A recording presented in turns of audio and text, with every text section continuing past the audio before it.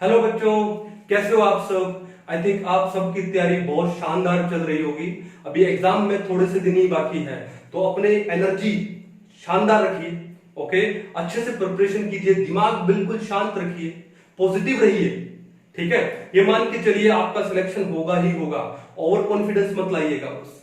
ठीक है, और प्रिपरेशन करते जाइए, क्योंकि मेहनत करने वालों की कभी हार नहीं होती। ठीक है ना।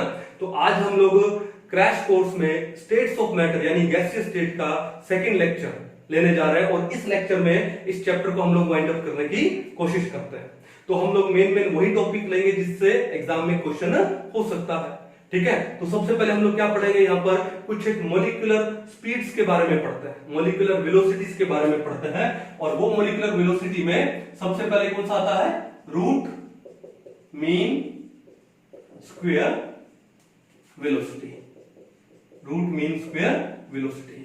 अब इस रूट मीन स्क्वायर वेलोसिटी का सिंबल क्या है, इसको हम लोग यू से लिखते हैं। किससे लिखते हैं, यू। और यू के सबस्क्रिप्ट में क्या लगा देते हैं, आरएमएस।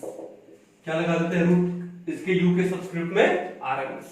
अब ये रूट मीन स्क्वायर वेलोसिटी क्या होती है, वैसे तो आपने पढ़ ही लिया होगा, एक बार रिवाइज हो जाएगा। लिखने का तरीका क्या है, देखो ध्यान से, यू आर एम एस किसके इक्वल होगा, सबसे पहले वो क्या बोलता है, रूट। तो आप एक काम करो, सबसे पहले तो रूट लिख दीजिए।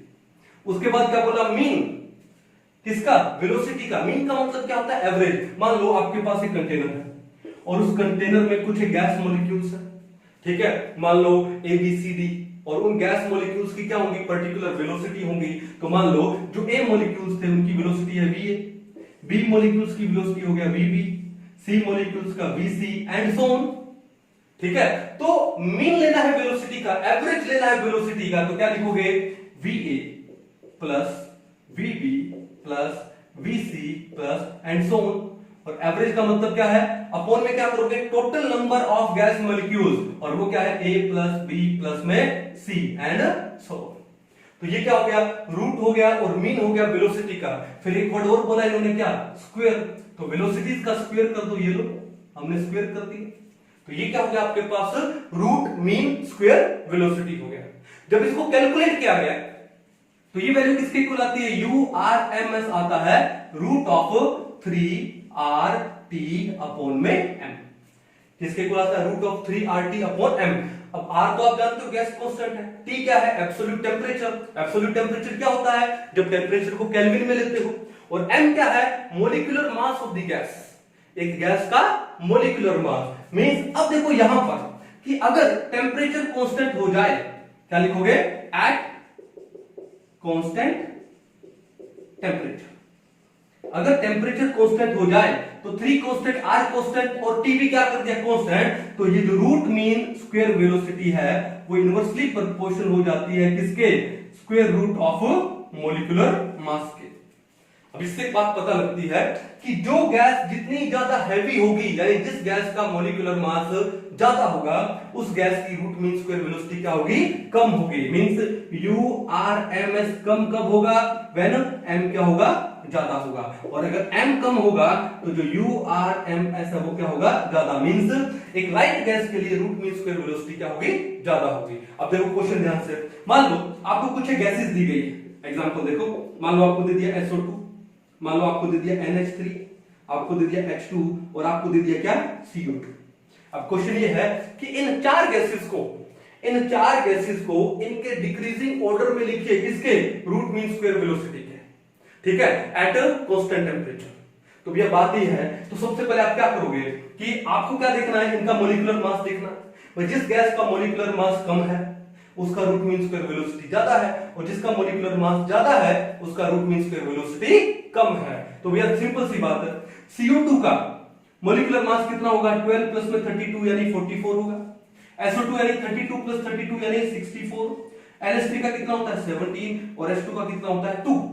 तो भैया यहां पर रूट मीन स्क्वायर वेलोसिटी किसकी ज्यादा होगी, H2 की होगी। तो आप क्या लिखोगे, U of H2 is greater then, फिर उसके बाद कौन आती है, फिर आती है ammonia, U of NH3 greater than, फिर कौन आएगा, CO2, U of CO2 is greater then, फिर कौन आएगा, SO2, U ऑफ SO2। कहानी समझ गए, इस टाइप से क्वेश्चन आ सकता है। और इस टाइप से अगर क्वेश्चन आ जाए इसका मतलब फ्री के नंबर हैं, ये आपको बिल्कुल भी गलत नहीं होने चाहिए। कर पाओगे, कोई इशू नहीं है। तो ये तो था कौन सा, रूट मीन स्क्वायर वेलोसिटी। अब नेक्स्ट चलते हैं नंबर 2 पे। नंबर 2 पे कौन सी आती है, एवरेज वेलोसिटी। और एवरेज वेलोसिटी है उसको हम लोग किससे लिखते हैं, वी बार। वी बार, बार किसको रिप्रेजेंट करता है, मीन को, यानी एवरेज को रिप्रेजेंट करता है। तो एवरेज वेलोसिटी निकालना तो बड़ा इजी है, कैसे निकालोगे, तो वी बार किसके इक्वल हो जाएगा, velocity of gas molecules V A plus V B plus V C upon में total number of gas molecules A plus B plus में सी। ये कौन सा हो गया आपका एवरेज वेलोसिटी। और जब इसको कैलकुलेट किया गया तो ये जो एवरेज वेलोसिटी है वो किसके इक्वल आता है in general, root of 8RT upon में पाई एम। 8RT अपॉन में पाई एम। अब देखो यहां पर कि ये आर भी कांस्टेंट है, पाई भी कांस्टेंट है, लेकिन अगर टेम्परेचर कांस्टेंट हो जाए तो क्या लिखोगे, at constant temperature. Temperature constant हो गया तो देखो 8 कांस्टेंट, आर कांस्टेंट, टी भी कांस्टेंट कर दिया, पाई तो वैसे ही कांस्टेंट है, तो वी बार इनवर्सली प्रोपोर्शनल हो जाता है किसके, square root of molecular mass of the gas. अब देखो रूट मीन स्क्वायर वेलोसिटी में भी कांस्टेंट टेम्परेचर पे यही आया, ठीक है, रूट मीन स्क्वायर वेलोसिटी है कांस्टेंट टेम्परेचर पे क्या होती है, डायरेक्टली प्रोपोर्शनल है square root of 1 upon m, या इनवर्सली प्रोपोर्शनल है स्क्वायर रूट ऑफ m। और यही कहानी किसके लिए आ रही है, हमारे एवरेज वेलोसिटी के लिए आ रही है। तो अगर ये क्वेश्चन में ये चार गैसेस के लिए मैं अगर बोलूं कि at constant temperature average velocity में ऑर्डर निकालो, तो ऑर्डर क्या होगा, सेम होगा। भाई जो गैस है जिसका मॉलिक्यूलर मास जितना ज्यादा है उस गैस का एवरेज वेलोसिटी क्या उतना ही कम है, और जिसका मॉलिक्यूलर मास कम है उसका एवरेज वेलोसिटी क्या है, ज्यादा। मींस जो गैस लाइट होगी, जो गैस क्या होगी, लाइट होगी, उसका एवरेज वेलोसिटी क्या होगा, ज्यादा होगा, और जो गैस हैवी होगी उसका एवरेज वेलोसिटी क्या होगा, कम होगा। सिंपल, कोई दिक्कत नहीं है। उसके बाद आता है नंबर 3। नंबर 3 पे कौन सी आती है, मोस्ट प्रोबेबल वेलोसिटी। अब इस मोस्ट प्रोबेबल वेलोसिटी को हम लोग किससे लिखते हैं, हम लिखते हैं इसको क्या, अल्फा से। अब ये मोस्ट प्रोबेबल वेलोसिटी क्या होती है, the velocity of most of the molecules, the velocity of most of the molecules को हम लोग क्या बोलते हैं, मोस्ट प्रोबेबल वेलोसिटी बोलते हैं। अब देखो मोस्ट ऑफ द मॉलिक्यूल्स का लिया है, इसका मतलब सारे मॉलिक्यूल्स का नहीं लिया है, इसका मतलब ये जो मोस्ट प्रोबेबल वेलोसिटी है ये 100% गैस मॉलिक्यूल्स के लिए नहीं लिया गया है, यानी 100% से कम गैस मॉलिक्यूल्स के लिए लिया गया है। तो इसका मतलब ये जो मोस्ट प्रोबेबल वेलोसिटी है इसका value root mean square velocity या फिर एवरेज वेलोसिटी उससे भी क्या आएगा, कम आएगा। और जब कैलकुलेट किया गया तो ये अल्फा किसके इक्वल आया, रूट ऑफ 2RT अपॉन में m। किसका है, रूट ऑफ 2RT अपॉन में m। अब देखो अगर टेम्परेचर कांस्टेंट है तो यहां पर भी सेम कहानी होने वाली है, एट कांस्टेंट टेम्परेचर क्या होगा भाई, 2 कांस्टेंट है, R कांस्टेंट है और टेम्परेचर भी आपने कांस्टेंट कर दिया, तो ये जो अल्फा है ये इनवर्सली प्रोपोर्शनल आ जाएगा रूट ऑफ m के, रूट ऑफ m। तो भैया चाहे वेलोसिटी आपकी कोई भी हो, चाहे वो रूट मीन स्क्वायर वेलोसिटी हो, चाहे एवरेज वेलोसिटी हो, चाहे मोस्ट प्रोबेबल वेलोसिटी हो, अगर टेम्परेचर कांस्टेंट है then these velocities are inversely proportional of square root of molecular masses।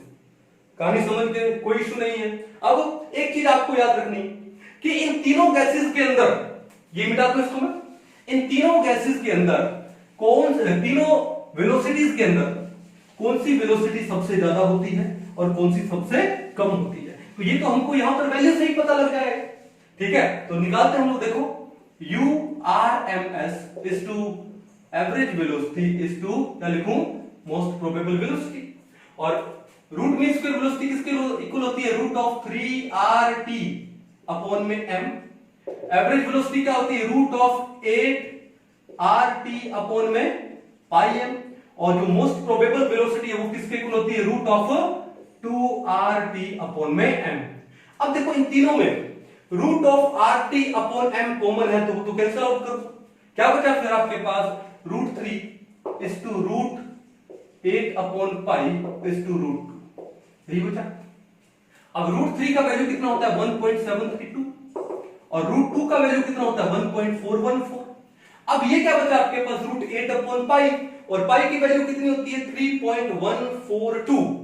8 upon 3.142 करेंगे तो वैल्यू क्या आएगी 2 पॉइंट समथिंग, मींस 8 अपॉन पाई की वैल्यू 2 और 3 के बीच में आती है, तो वैल्यू क्या होगा रूट ऑफ 2 पॉइंट समथिंग, और जब हम इसको सोल्व करते हैं तो आई थिंक ये वैल्यू कुछ आती है 1.59, जिसको मैं 1.6 लिख सकता हूं। इससे एक बात पता लगी, क्या बात पता लगी कि जो रूट मीन स्क्वायर वेलोसिटी है उसकी वैल्यू सबसे ज्यादा है, मोस्ट प्रोबेबल वेलोसिटी का वैल्यू सबसे कम है। तो इसका मतलब ध्यान रखिएगा कि जो रूट मीन स्क्वायर वेलोसिटी होती है it is always greater than average velocity, and average velocity is always greater than alpha, always greater than alpha. कहानी क्लियर है? मींस ये कितना है √3 है, is greater than root of 8 upon pi is greater than root of 2। अब exam में इससे related question आ जाए, चाहे आपसे ये वैल्यू पूछ लिया जाए या कौन सी वेलोसिटी ज्यादा है ये पूछ लिया जाए, या फिर आपको 3-4 गैसेस दे दी जाए और उन गैसेस में पूछ लिया जाए कि भैया बताओ कि इन गैसेस को इनके डिक्रीजिंग ऑर्डर और इंक्रीजिंग ऑर्डर ऑफ उसके रूट मीन स्क्वायर वेलोसिटी या फिर एवरेज वेलोसिटी या फिर मोस्ट प्रोबेबल वेलोसिटीज में डालिए, तो फिर वो आप कर लोगे, कोई इशू नहीं है। अच्छे से समझ आया तो एक बार इसको उतार लीजिए, फिर हम लोग आगे बढ़ते हैं। बढ़े आगे, आई थिंक क्लियर हो गया होगा आपको। अब इसके बाद हम लोग क्या पढ़े, काइनेटिक गैस थ्योरी। ठीक है, बड़ा ब्रीफ में एक बार पढ़ेंगे काइनेटिक गैस थ्योरी, और कैसे एग्जाम में क्वेश्चन बन सकता है थोड़ा वो पढ़ने की कोशिश करेंगे। तो काइनेटिक गैस थ्योरी है वो किसने दिया था, बर्नौली ने दिया था। किसने दिया था, बर्नौली ने। क्या लिख रहे हैं हम लोग, काइनेटिक गैस थ्योरी, केटीजी बोलते हैं हम इसको, या काइनेटिक थ्योरी ऑफ गैस। किसने दिया था, it was given by Bernoulli. अब ये जो काइनेटिक थ्योरी ऑफ गैस है, वैसे तो ये गैस, ये थ्योरी किसके लिए एप्लीकेबल है, आइडियल गैस के लिए। तो this theory is applicable for ideal gas only, 100% applicable for ideal gas. लेकिन रियल गैस के लिए ये थ्योरी 100% एप्लीकेबल नहीं होती है। क्यों? इस थ्योरी के अंदर दो मेन पॉइंट ऐसे हैं जो कि रियल गैस के लिए जस्ट नहीं है। तो पहला जो मेन पॉइंट है इस थ्योरी का वो क्या है, ठीक है, इसने क्या बोला, there is no force of attraction, there is no force of attraction और repulsion between gas molecules, attraction और रिपल्शन बिटवीन गैस मॉलिक्यूल्स। अब ये पॉइंट है, ये रियल गैस के लिए नहीं जचेगा, क्योंकि रियल गैस में जब गैस मॉलिक्यूल्स क्लोज आते हैं, गैस मॉलिक्यूल क्लोज आते हैं तो उनके बीच में इंटरमॉलिक्यूलर फोर्स ऑफ अट्रैक्शन होता है। लेकिन आइडियल गैस में अगर गैस मॉलिक्यूल्स क्लोज आएंगे तो उनके बीच में कोई इंटरमॉलिक्यूलर फोर्स ऑफ अट्रैक्शन नहीं होगा। इसलिए ये पॉइंट है, ये आइडियल गैस के लिए जचता है, बट रियल गैस के लिए पॉइंट नहीं जचता है। ठीक है, दूसरा जो पॉइंट था वो क्या था, the volume of A gas molecule, the volume of gas molecules is negligible as compared to total volume of the gas, total volume of the gas। अब इस पॉइंट को समझने के लिए आपको पता होना चाहिए कि गैस मॉलिक्यूल्स का वॉल्यूम क्या है, ठीक है, और total volume of the gas क्या है। तो देखो ध्यान से कि मान लो ये हमारे पास एक कंटेनर है, अब उस कंटेनर में ये क्या है, आइडियल गैस मॉलिक्यूल्स, ये क्या है, आइडियल गैस मॉलिक्यूल्स। और काइनेटिक थ्योरी ऑफ गैस में एक पॉइंट ये भी है कि जो गैसेस होती है, जो गैस पार्टिकल्स होते हैं, they are made up of small, a large number of small या फिर टाइनी पार्टिकल्स। ठीक है, अब टाइनी या स्मॉल है तो आइडियल गैस में जो मॉलिक्यूल्स है, गैस मॉलिक्यूल्स है, वो क्या है, टाइनी है। अब देखो अगर इन सभी गैस मॉलिक्यूल्स को मैं कंप्रेस करके एक कॉकटेल में ले आऊं, ठीक है, तो क्या हो जाएगा, तो भैया ये कुछ ऐसा हो जाएगा, देखो ध्यान से, ये कुछ ऐसा हो जाएगा कि इन गैस मॉलिक्यूल्स को हम लोग कहां ले आए, सबको कंप्रेस करके इकट्ठा करके एक कॉर्नर में ले आए, ले आए। अब देखो आइडियल गैस क्या बोलती है, the volume of gas molecules is negligible as compared to the total volume of the gas.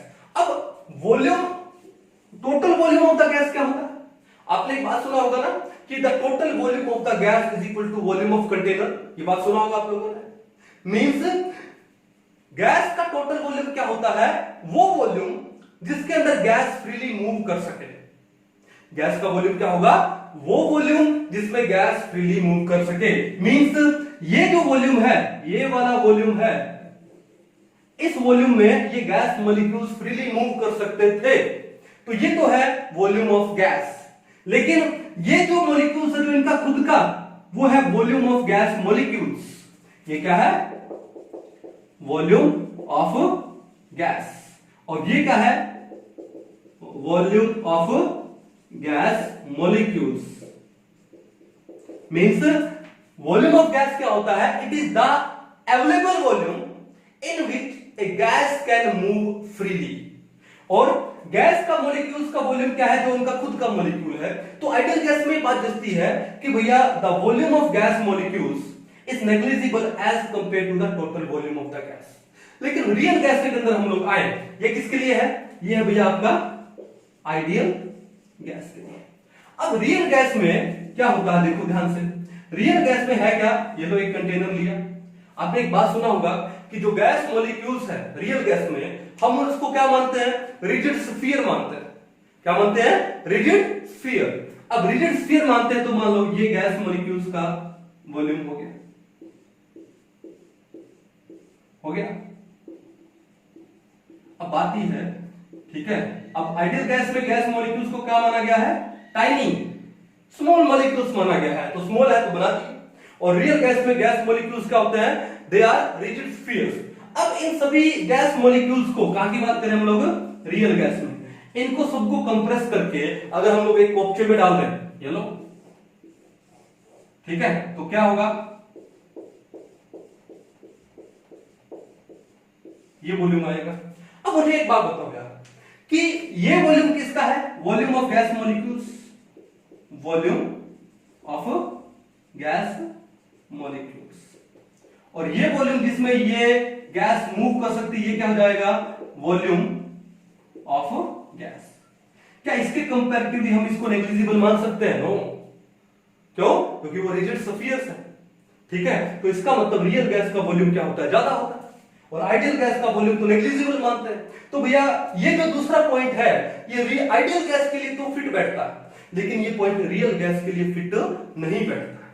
तो ये जो दूसरा पॉइंट था कि काइनेटिक थ्योरी ऑफ गैस में ये दो पॉइंट थे, इनको करेक्ट किया गया बाद में, ठीक है। और जब करेक्ट किया गया तो फिर ये जो गैस इक्वेशन थी, आइडियल गैस इक्वेशन क्या थी? PV इक्वल टू nRT, इसको भी करेक्ट किया गया। तो जो रियल गैस इक्वेशन आई वो क्या आई? P प्लस में a n square upon v square into में v माइनस में nb is equal to nRT is equal to nRT। अब आपके माइंड में आ रहा होगा कि सर ये इक्वेशन कैसे आई, इसका डेरिवेशन क्या है? इसका डेरिवेशन क्या है? तो मैं आपको डिस्क्रिप्शन में लिंक डाल दूंगा जिसके अंदर इस रियल गैस का जो बिहेवियर है, उसका जो डेरिवेशन है वो अच्छे से दिया होगा। अगर आपके पास टाइम हो आप उसको अच्छे से देख सकते हो, ठीक है। बट आपके एग्जाम में डेरिवेशन नहीं आएगा, लेकिन आपकी नॉलेज के लिए आपको आना बहुत जरूरी है। क्लियर है? चलो इसको पढ़ेंगे। उसके बाद एक बात हो रही कि जो गैस मॉलिक्यूल्स होते हैं they are always in random motion, they are always in random motion, ठीक है। और उसके बाद जब रैंडम मोशन में है then they collide with each other, and when they collide with each other their collisions are perfectly elastic. अब elastic collision का मतलब क्या होता है कि भैया कि एक गैस मॉलिक्यूल है, मान लो उसका कुछ एक वेलोसिटी है, वो जब कोलाइड करेगा दूसरे गैस मॉलिक्यूल से then it transfer some of its kinetic energy to this one. Means वहां पर काइनेटिक एनर्जी में लॉस नहीं होगा। तो टोटल काइनेटिक एनर्जी होगी गैस मॉलिक्यूल्स की, वो कांस्टेंट रहने वाली है। वो क्या रहने वाली है? कांस्टेंट। और एक बात और भी है कि यहां पर जो काइनेटिक एनर्जी आती है वो किसके इक्वल आती है? 3/2 RT आती है। किसके लिए? For 1 mole of A gas, for 1 mole of A gas kinetic energy किसके इक्वल आएगी? 3/2 में RT। इसका मतलब 3/2 कांस्टेंट है, R गैस कांस्टेंट है, इसका मतलब kinetic energy of gas molecules वो डिपेंड करती है किसके ऊपर? टेम्परेचर के ऊपर। कौन सा temperature? Absolute temperature. Absolute temperature का मतलब क्या होता है? Temperature in kelvin. तो गैस मॉलिक्यूल्स का काइनेटिक एनर्जी है वो किस पे डिपेंड करता है? एब्सोल्यूट टेम्परेचर पे। अब इसके ऊपर स्टेटमेंट टाइप के क्वेश्चन आते हैं, कई बार आईआईटी के अंदर भी क्वेश्चन आ चुके हैं, तो इसको आप अच्छे से पढ़ लीजिएगा। और उसके बाद इस काइनेटिक थ्योरी ऑफ गैस में काइनेटिक गैस इक्वेशन भी आती है, और वो जो काइनेटिक गैस इक्वेशन है, वो जो काइनेटिक गैस इक्वेशन है, और वो काइनेटिक गैस इक्वेशन क्या है? PV is equal to 1/3 m n u r m s का स्क्वायर। क्या है? PV is equal to 1/3 m n u r m s का स्क्वायर। P pressure, V volume, m क्या है? Mass of gas molecule, n क्या है? Number of gas molecules, and u r m s क्या है? Root mean square velocity. अब आपके माइंड में आ रहा होगा कि सर ये इक्वेशन कहां से आई? तो इसका भी डेरिवेशन मैं डिस्क्रिप्शन में डाल दूंगा, लिंक डाल दूंगा वीडियो का, जिसके अंदर हमने ये काइनेटिक गैस इक्वेशन को बड़ा डिटेल में डिराइव किया हुआ है। लेकिन नीट के लिए डेरिवेशन नहीं है इसका भी, आपकी पर्सनल नॉलेज के लिए आप लोग ये कर सकते हो। समझ गए? तो कई बार ये क्वेश्चन आ सकता है, which of the following represents the kinetic gas equation? क्या है? PV equal to 1/3 m n u r m s का स्क्वायर। कहानी समझ गए? कोई इशू नहीं है। तो ये काइनेटिक गैस इक्वेशन के बारे में थोड़ा सा। अब इसके बाद हम लोग चलते हैं किसके बारे में? क्या पढ़ेंगे बताओ? हम पढ़ते हैं किसके बारे में? रियल गैस के बारे में। तो एक बार आप इसको उतार दीजिए, फिर हम लोग रियल गैस पे चलते हैं। सो अभी नेक्स्ट क्या पढ़ने वाले हैं हम लोग?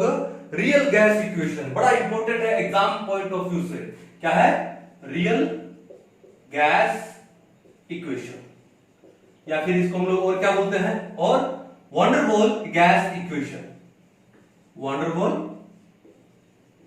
गैस इक्वेशन, या van der Waal real gas equation भी बोल देते हैं। ठीक है ना? तो ये रियल गैस इक्वेशन क्या है? ये है आपकी क्या? P plus a n square upon में v square into v minus में nb इज इक्वल टू क्या? nRT इंटू v माइनस में nb is equal to nRT। अब ये रियल गैस का जो डेरिवेशन है, अब क्रैश कोर्स में हमारे पास इतना टाइम नहीं है कि हम इसको डिराइव करें, और आपके नीट या जेईई मेंस में इसका डेरिवेशन पूछता नहीं है। फिर भी अगर कुछ बच्चे डेरिवेशन में जाना चाहते हैं तो मैं डिस्क्रिप्शन में एक वीडियो का लिंक डाल दूंगा, उससे आप इसका डेरिवेशन अच्छे से कर सकते हो। ठीक है? अब देखो ध्यान से, यहां पर क्या है कि ये टर्म कौन सी है? ये प्रेशर करेक्शन की टर्म है। किसकी है? Pressure correction. आइडियल गैस क्या थी? PV equal to nRT। लेकिन उसके अंदर ये प्रेशर में क्या किया गया? करेक्शन किया गया। वो क्या हो गया? P प्लस में a n स्क्वायर बाय में v स्क्वायर। और ये टर्म कौन सी है? वॉल्यूम करेक्शन की है। ये कौन सी है? वॉल्यूम करेक्शन की। ठीक है? इज इक्वल टू क्या हो गया? nRT। अब देखो यहां पर ये जो a है, a, अब इनके ऊपर एग्जाम में क्वेश्चन आता है, वेयर a क्या बोलते हैं इसको हम लोग? Intermolecular force of attraction, intermolecular force of attraction. एक इसको रिप्रेजेंट करता है इंटरमोलिकुलर फोर्स ऑफ अट्रैक्शन को। ये क्या है? वंडर वॉल कांस्टेंट है, क्योंकि जहां पे फोर्स ऑफ अट्रैक्शन आ गई तो वहां पर क्या आ गया? ये वंडर वॉल कांस्टेंट आ गया। तो एक इसको रिप्रेजेंट करता है इंटरमोलिकुलर फोर्स ऑफ अट्रैक्शन। अभी 2-3 साल पहले भी इसके ऊपर क्वेश्चन आया हुआ है। ठीक है? उसके बाद ये जो B है, वॉल्यूम करेक्शन वाली टर्म में ये जो B है, ये B किसको रिप्रेजेंट करता है? ये रिप्रेजेंट करता है किसको? को वॉल्यूम। किसको रिप्रेजेंट करता है? को वॉल्यूम को रिप्रेजेंट करता है। ठीक है? कोई दिक्कत नहीं है। चलो अब देखो बात ये है कि हो सकता है ये A और B के जो यूनिट्स हैं, उन यूनिट्स के ऊपर आपका क्वेश्चन आ जाए। किसके ऊपर क्वेश्चन आ जाए? Units of A and B, wonder wall constant A and B के जो यूनिट्स है उसके ऊपर हो सकता है आपका क्वेश्चन आ जाए। तो कैसे निकाले? अब प्रेशर करेक्शन क्या था? a n स्क्वायर बाय में v स्क्वायर। प्रेशर में क्या ऐड हो गया? a n square by v square. तो ये प्रेशर किसके इक्वल आया? a n स्क्वायर बाय में v स्क्वायर। ये प्रेशर करेक्शन था। ठीक है? अब देखो आपको किसके यूनिट निकालने हैं? a के। तो a को यहां छोड़ दो, बाकी सारी टर्म्स को वहां ले जाओ, तो क्या बन जाएगा? a इज इक्वल टू ये v स्क्वायर यहां पर आ जाएगा, p v स्क्वायर अपॉन में क्या हो जाएगा? n square. क्या हो जाएगा? p v स्क्वायर अपॉन में n स्क्वायर। अब देखो प्रेशर की यूनिट क्या होता है बताओ? यहां क्या लेंगे प्रेशर में? एटमॉस्फेयर में ले लो। तो प्रेशर की यूनिट हमने ले लिया किसमें? एटमॉस्फेयर में। वॉल्यूम किसमें ले लिया? लीटर में। तो वॉल्यूम का स्क्वायर है तो क्या हो गया? Litre square. अपॉन में क्या है? n। What is n? Number of moles. तो अपॉन में क्या हो गया, मोल स्क्वायर या फिर पर मोल स्क्वायर या फिर मोल -2। तो यहां पर जो A है, जो इंटरमोलिकुलर फोर्स ऑफ अट्रैक्शन को रिप्रेजेंट करता है, उस A के यूनिट्स क्या हुए, एटमॉस्फेयर लीटर स्क्वायर पर मोल स्क्वायर या फिर लीटर स्क्वायर एटमॉस्फेयर पर मोल स्क्वायर, एक ही बात है। क्लियर है? तो ये तो हो गया आपके पास क्या, A के यूनिट्स। अब आ जाते हैं किसके ऊपर, B के यूनिट्स के ऊपर। किसके ऊपर, B। अब देखो करेक्शन क्या किया गया, B माइनस में NB, तो B किसके इक्वल हो गया, यहाँ पे जो करेक्शन फैक्टर है B is equal to NB। आपको किसके यूनिट निकालने हैं, B के, तो B को यहां छोड़ दो, इस N को यहां जाओगे तो डिवाइड में हो जाएगा, तो B इज इक्वल टू क्या हो गया, V अपॉन में N। वॉल्यूम किस में ले, लीटर में, N किस में है, मोल में, तो भैया आपका ये क्या आ गया, B के यूनिट क्या आ गए, वॉल्यूम लीटर में, यानी लीटर पर मोल या litre mole inverse, litre mole inverse. और A के यूनिट क्या है आपके पास, लीटर स्क्वायर एटमॉस्फेयर पर मोल स्क्वायर। अब इनमें A और B के यूनिट के ऊपर क्वेश्चन आ सकता है, और वो क्वेश्चन आप लोगों का बिल्कुल एक्यूरेट होना चाहिए, गलत नहीं होना चाहिए। कर लोगे, कोई इशू नहीं है, तो एक बार इसको उतार लो और उसके बाद फिर हम लोग आगे बढ़ते हैं। अब देखो नीट 2018 में इसी के ऊपर दो क्वेश्चन आए हुए। ए के ऊपर वंडरवॉल कांस्टेंट ए, जो कि इंटरमोलिकुलर फोर्स ऑफ अट्रैक्शन को प्रेजेंट करता है, ठीक है, उसके ऊपर दो क्वेश्चन आए हुए। पहला क्वेश्चन कौन सा, देखो, the correction factor a to the ideal gas equation corresponds to. तो ऑप्शन देने की जरूरत ही नहीं थी। ए किसको रिप्रेजेंट करता है, intermolecular force of attraction between gas molecule. Simple. पहला क्या है, density of the gas molecules, गलत है। Volume of the gas molecules, गलत है। इलेक्ट्रिक फील्ड कॉमेडी हो गया तो गलत है। और लास्ट क्या है, forces of attraction between the gas molecules, एकदम एक्यूरेट। 4 नंबर कंफर्म थे। उसके बाद देखो सेम 2018 में ही इसी के ऊपर एक क्वेश्चन हो रहा है, क्या, given van der Waals constant for ammonia, H2O2 and CO2 are respectively कितना, 4.17, 0.244, 1.36 and 3.59। Okay, which one of the following gases is most easily liquefied. मेरे को एक बात बताओ, अगर किसी गैस के लिए, पर्टिकुलर गैस के लिए A का वैल्यू ज्यादा होगा, A का वैल्यू ज्यादा होने का मतलब क्या हुआ कि गैस मॉलिक्यूल्स में जो इंटरमोलिकुलर फोर्स ऑफ अट्रैक्शन ज्यादा है, और वो कब होगी, जब वो क्लोज आएंगे। जब इंटरमोलिकुलर फोर्स ऑफ अट्रैक्शन ज्यादा होगी, गैस मॉलिक्यूल्स क्लोज आएंगे और वो क्या हो जाएगा, लिक्विफाई हो जाएंगे। तो इसका मतलब सिंपल सी बात है कि अगर किसी पर्टिकुलर गैस के लिए A का वैल्यू ज्यादा होगा, तो उस गैस का लिक्विफाई होना क्या हो जाएगा, बहुत इजी हो जाएगा। So a gas can be easily liquefied if A का वैल्यू क्या हो जाए, ज्यादा हो जाए, यानी intermolecular force of attraction between gas molecules ज्यादा हो जाएगा। तो सिंपल है। यहाँ पे देखो आपको अमोनिया के लिए A का वैल्यू कितना दिया है, 4.17, ठीक है, हाइड्रोजन के लिए 0.244, ऑक्सीजन के लिए 1.36 एंड कार्बन डाइऑक्साइड के लिए 3.59। Which gas is most easily liquefied? भैया अमोनिया के लिए A का वैल्यू सबसे ज्यादा है 4.17, तो आंसर क्या जाएगा हमारा, अमोनिया। अब बात यह है कि अगर आपको A का वैल्यू नहीं भी दिया गया, जो कि इम्पॉसिबल है, आपको तो A का वैल्यू दिया जाएगा, लेकिन मेरा थोड़ा सा डिफरेंट स्टाइल है। अगर आपको A का वैल्यू नहीं भी दिया जाए पर्टिकुलर गैसेस के लिए, तो आप ट्रिक से भी इसको कर सकते हो, ठीक है। किससे कर सकते हो, ट्रिक से। तो मैं आपको शॉर्ट में बता देता हूं A के वैल्यू के लिए ट्रिक के लिए क्या था, सो कोल्ड अम्मा की SO2 Cl2 NH3 की high class HCl, coaching CO2, मेथा CH4, O2 को CO, देन ना N2, फिर है H2, लास्ट में क्या जाएगा He। और ये किसके लिए है, A की वैल्यू के लिए। ऑर्डर क्या है, SO2, सल्फर डाइऑक्साइड गैस का A का वैल्यू ज्यादा होता है, तो वो जल्दी लिक्विफाई होगी।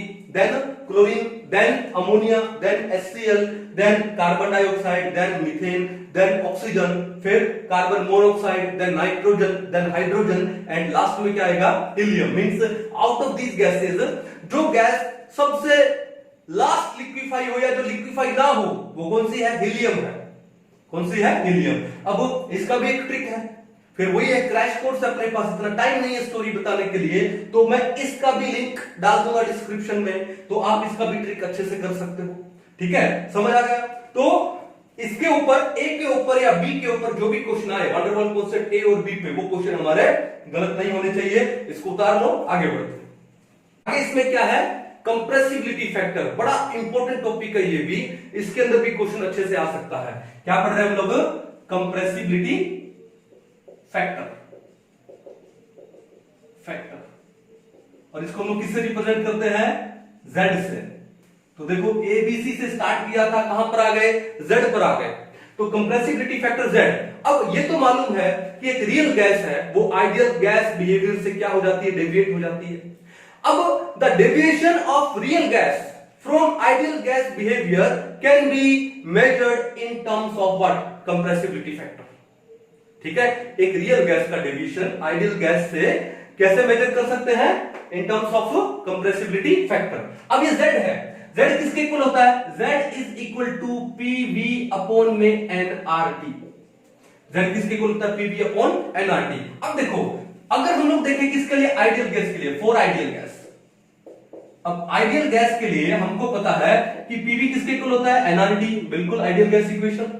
तो अगर pv nRT के इक्वल है तो कैंसिल हो जाएगा, तो आइडियल गैस के लिए z का वैल्यू हमेशा कितना आता है, 1 आता है। अगर z की वैल्यू 1 है इसका मतलब कौन सी गैस है, आइडियल गैस है। और अगर मान लो एक रियल गैस का z का वैल्यू 1 आ जाता है, इसका मतलब वो आइडियल गैस को की तरह बिहेव कर रही है। Real gas behaves like an ideal gas कब, जब z का वैल्यू कितना हो जाए, 1 हो जाए। अब देखो अगर हम लोग कंप्रेसिबिलिटी फैक्टर में और प्रेशर में यानी z वर्सेस p में ग्राफ बनाते हैं तो वो ग्राफ कुछ कैसा आता है, देखो ध्यान से, वो ग्राफ कुछ ऐसा आता है। मैंने यहां पर क्या ले लिया, प्रेशर ले लिया, किस में ले लोगे, प्रेशर बार में ले लो या फिर एटमॉस्फेयर में ले लो। ठीक है, ये वैल्यू कितना है, 0। ये किसका वैल्यू, यहां पर क्या ले रहे हैं हम लोग, z ले रहे हैं, और यहां पर हमने क्या लिया, प्रेशर लिया। ठीक है ना। अब देखो भैया बात ही है, ये 0 है और ये z का वैल्यू यहां पर कितना है, 1 है। तो आइडियल गैस के लिए z का वैल्यू क्या आता है, 1 आता है। तो ये जो लाइन आएगी which is parallel to the pressure axis, pressure axis के जो पैरेलल लाइन आई, ये किसके लिए आएगी, ये आएगी आपकी आइडियल गैस के लिए। किसके लिए, आइडियल गैस के लिए। बट रियल गैस के लिए ये लाइन पैरेलल नहीं आती। ये लाइन कैसे आती है रियल गैस के लिए, ये ऐसा आता है। ये किसके लिए है, रियल गैस के लिए। विच शोज कि जो रियल गैस है वो आइडियल गैस से क्या कर जाती है, डेविएट कर जाती है। अब देखो यहां पर क्वेश्चन क्या बनता है, यहां पर ये क्वेश्चन बनता है कि जब प्रेशर बहुत ही लो था, जब प्रेशर बहुत ही लो था, मैं प्रेशर इज इक्वल टू 0 नहीं बोलूंगा, मैं बोलूंगा प्रेशर अप्रोचेस 0। तो देखो सबसे पहली बात क्या है, ठीक है, आइडियल गैस का तो हो ही गया। चलो नंबर 1 क्या लिखा, when pressure approaches 0 means very low pressure. Pressure बहुत ही कम था, यानी approaches to 0।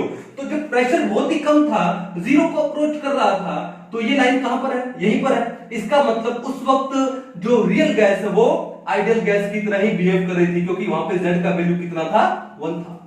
When pressure approaches 0, तो रियल गैस के लिए z का वैल्यू कितना था, अप्रोक्सीमेटली 1 था। ठीक है, तो वहां पर z was approximately equal to 1 and at that time a real gas behaves like an ideal gas। पहली बात तो ये हो गई। दूसरी बात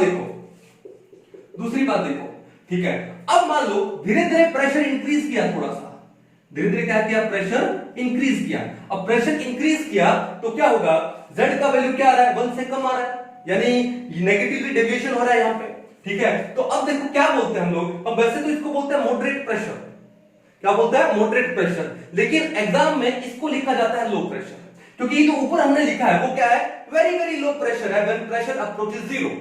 तो उसके बाद जैसे जैसे हल्का सा प्रेशर बढ़ाएंगे, हालांकि वो भी तो कम ही है, वेरी लो नहीं है, अप्रोचेस टू 0 नहीं है, लेकिन 0 से ज्यादा है, तो हम लोग क्या लिखेंगे, व्हेन प्रेशर इज लो, यानी मैं लिख दूं eight low pressure, eight low pressure, कि जब प्रेशर लो हो जाएगा तो फिर z कितना आएगा। ठीक है, तो देखो ध्यान से, रियल गैस का इक्वेशन क्या है, van der Waals gas equation क्या है, P plus a n square upon में v square into v minus में nv is equal to nRT। ये क्या है आपका रियल गैस इक्वेशन है, ये क्या है रियल गैस इक्वेशन है।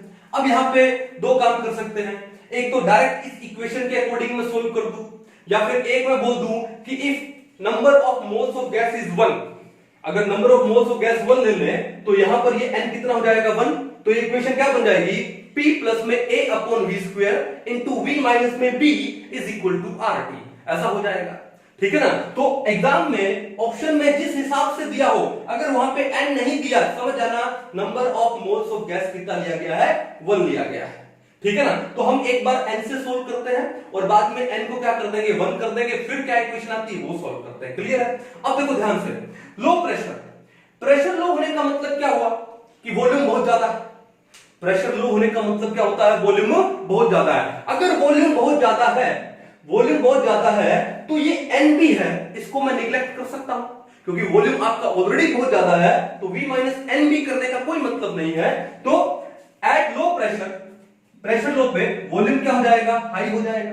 वॉल्यूम हाई हो जाएगा then v minus N B approximately किसके इक्वल हो जाएगा, v के। v माइनस एन बी किसके इक्वल हो जाएगा, v के। क्यों, क्योंकि वॉल्यूम ज्यादा है तो nb को आप निगलेक्ट कर सकते हो। तो ये इक्वेशन क्या बन जाएगी, ये बनेगी p plus a n square upon v square into में क्या हो गया v इज इक्वल टू क्या हो गया nRT। अब इसको v से मल्टीप्लाई करो, p को v से मल्टीप्लाई करोगे तो कितना आएगा pv plus a n square upon v square, upon v square है और यहां पे क्या है v मल्टीप्लाई में, तो एक v से एक v कैंसिल हो जाएगा, तो आपके पास क्या बचा a n स्क्वायर अपॉन में v इज इक्वल टू क्या आया nRT, इज इक्वल टू क्या आया nRT। क्लियर है। अब एक काम करो कि दोनों साइड से nRT से डिवाइड कर दो, दोनों साइड से किससे डिवाइड कर दो, nRT से डिवाइड कर दो। तो डिवाइड कर देते तो क्या आ जाएगा, देखो ध्यान से, आपके पास आएगा pv अपॉन में nRT प्लस प्लस क्या हो जाएगा a n स्क्वायर और v तो ऑलरेडी है और डिवाइड किससे कर रहे हैं nRT से, तो क्या हो जाएगा a n square upon nRT into v is equal to क्या हो जाएगा nRT अपॉन में nRT।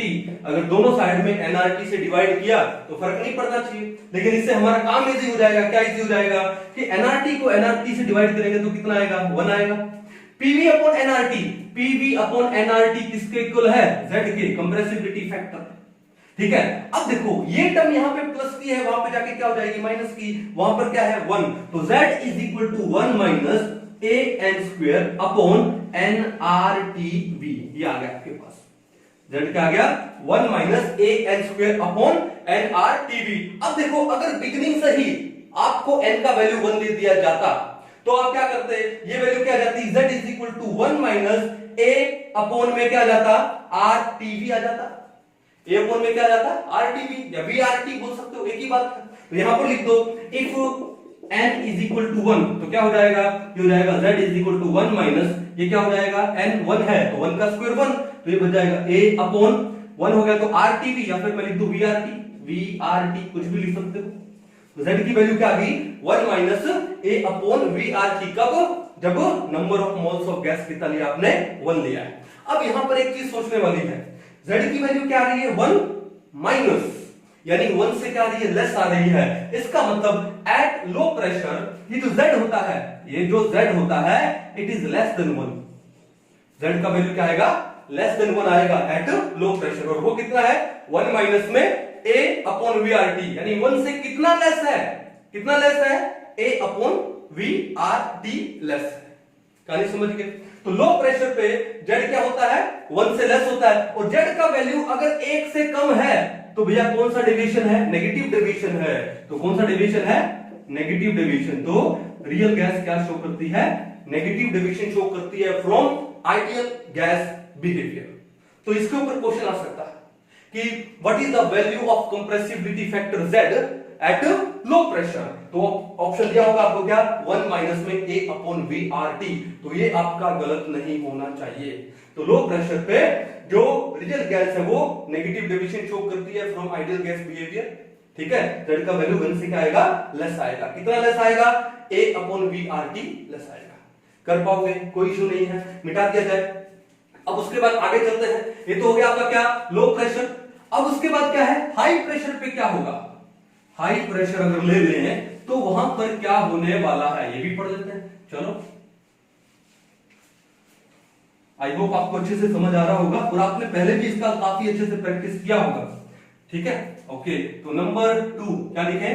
Eight high pressure. तो भैया एक चीज देखो यहां पे कि जब प्रेशर 0 से हमने इंक्रीज कर दिया, हाई कर दिया, तो हाई करने से रियल गैस का ग्राफ क्या आया? इस आइडियल गैस को क्या कर दिया? क्रॉस कर दिया और बाद में पॉजिटिवली डेविएट हो गया। पॉजिटिवली डेविएट होने का मतलब ये कब हुआ? जब प्रेशर हाई था।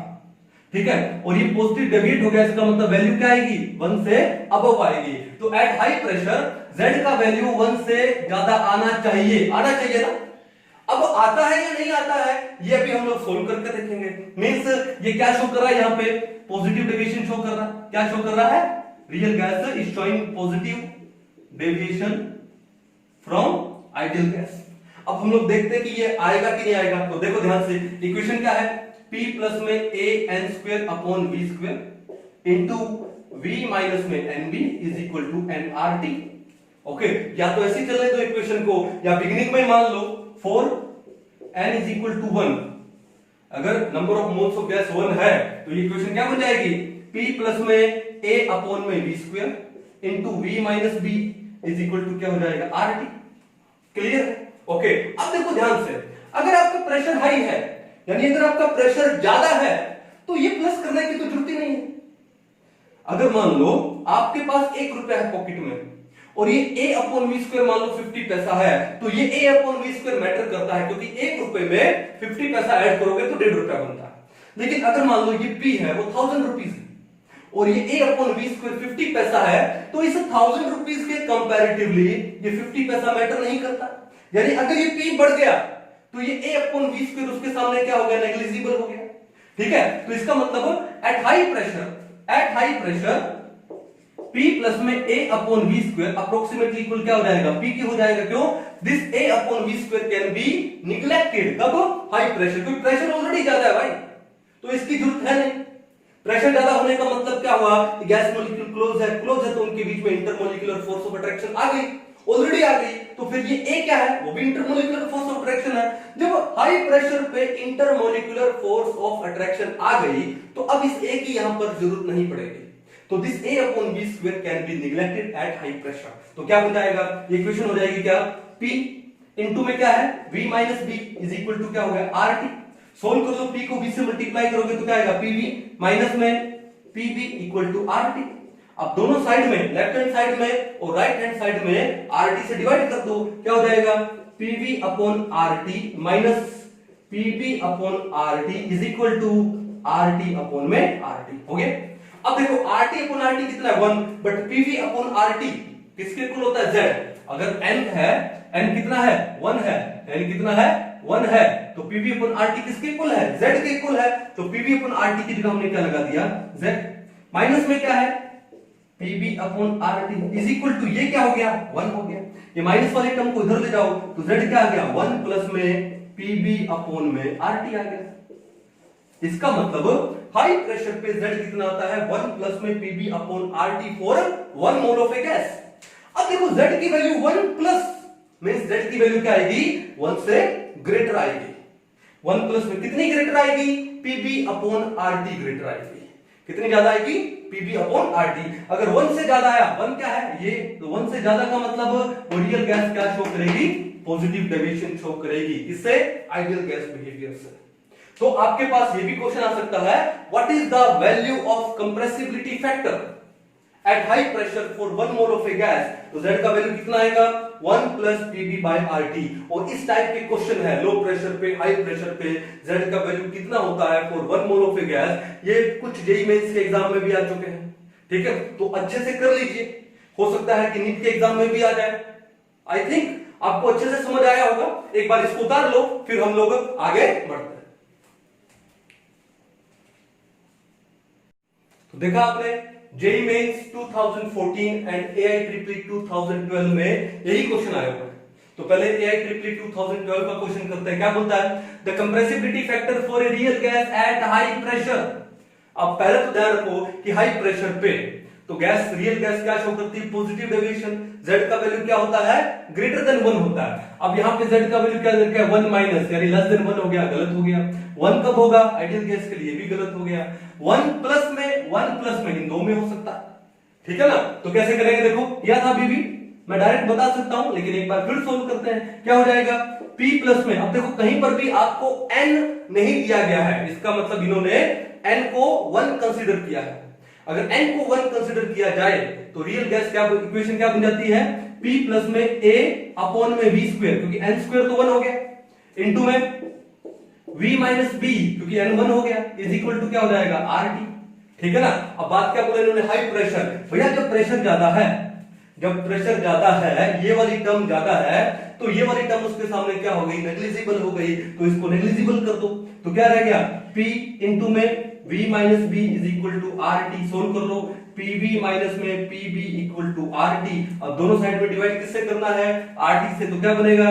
PV upon RT minus PB upon RT is equal to RT upon में RT।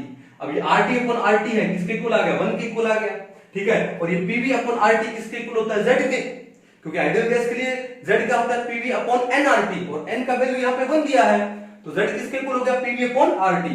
तो ये तो हो गया आपका क्या? Z। ये माइनस वाली टर्म वहां जाके क्या हो जाएगी? प्लस, और ये कितना हो गया? 1 हो गया। तो Z is equal to 1 plus में PB अपॉन में RT, 1 प्लस में PB अपॉन RT। तो अपना आंसर क्या हो गया? 1 प्लस में PB अपॉन RT। अगर आपका प्रैक्टिस शानदार है और इस टाइप का क्वेश्चन आ जाए, 1 सेकंड लगेगा आपको क्लियर करने में। क्लियर है? चलो उसके बाद देखो 2014 में 12 में पूछा हाई प्रेशर पे, और 14 में पूछा क्या? लो प्रेशर पे, क्योंकि दो ही तो होगा, या तो लो प्रेशर या हाई प्रेशर, ठीक है। अब प्रेशर लो है, सोल्व कर लेते हैं इसको भी। और यहां पर भी कहीं पर भी क्या? n नहीं दिया गया, तो उन्होंने n को क्या कंसीडर कर लिया? क्या कर लिया? 1 कंसीडर कर लिया। तो इक्वेशन क्या हमारे? अगर n को 1 कंसीडर कर ले, p प्लस में a upon v square into में v minus b is equal to क्या हो गया? RT। पक्का। और प्रेशर आपका लो है, अगर प्रेशर लो है तो वॉल्यूम क्या होता है? ज्यादा होता है, और वॉल्यूम ज्यादा है तो ये माइनस b करने की जरूरत नहीं है, ये नेग्लिजिबल हो गया। तो क्या लिखोगे कि at low pressure v minus b approximately equal to v। Why? क्योंकि b नेग्लिजिबल है उसके सामने। तो क्या बन गया? p प्लस में a upon v square into, यहां क्या बच गया? v is equal to RT। Multiply कर लो, p को v से करोगे तो क्या आएगा? PV प्लस में a upon v square into v, क्या हो गया? a upon v is equal to क्या जाएगा? RT। अब दोनों साइड डिवाइड कर दो किससे? RT से। तो क्या मिलेगा? PV अपॉन RT प्लस में a upon v RT is equal to RT upon RT। अब PV अपॉन RT किसके इक्वल होता है? Z। अगर n का वैल्यू 1 है तो ये PV अपॉन RT क्या हो गया? Z प्लस में ये क्या है? a अपॉन में v RT is equal to RT upon RT कितना है? 1।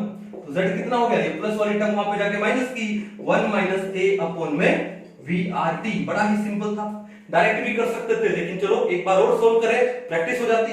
Z इज इक्वल टू क्या आएगा? 1 माइनस में v RT। ऑप्शन नंबर 1 क्या है? करेक्ट है। पता लगा कैसे क्वेश्चन सोल्व करते हैं। तो अगर इस टाइप का क्वेश्चन एग्जाम में आ जाए तो वो आपका बिल्कुल भी गलत नहीं होना चाहिए। इसको उतार लो, आगे बढ़ते हैं।